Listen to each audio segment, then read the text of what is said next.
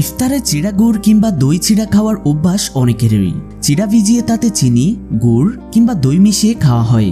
চিড়া আমাদের পেট ঠান্ডা করে, পানির অভাব পূরণ করে এবং একই সাথে কুদাও মেঠায়। চিড়া দিয়ে বিভিন্ন রকম মোয়া ও মজার সব খাবার তৈরি করা যায়।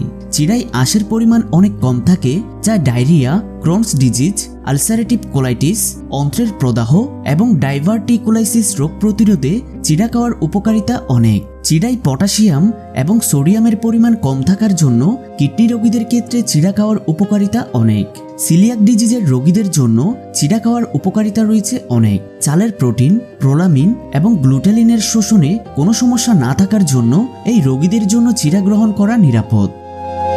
চিড়া খাওয়ার উপকারিতা অনেক থাকলেও বেশি শর্করা এবং উচ্চ গ্লাইসেমিক সূচক সমৃদ্ধ খাবার বেশি গ্রহণে সিরাম ট্রাইগ্লিসারাইডের ঘনত্ব বৃদ্ধি পায় এবং ভালো কোলেস্টেরলের মাত্রা হ্রাস করে, যা কার্ডিওভাস্কুলার ডিজিজের ঝুঁকি বৃদ্ধি করে। তাই চিড়া খাওয়ার ক্ষেত্রে নিয়ন্ত্রণ থাকা জরুরি।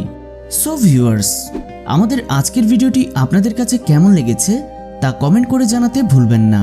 পাশাপাশি আপনি যদি আমাদের এই চ্যানেলটিতে একজন নতুন দর্শক হয়ে থাকেন, আমাদের চ্যানেলটিকে সাবস্ক্রাইব করে পাশে থাকা বেল আইকনটিকে প্রেস করে দিন।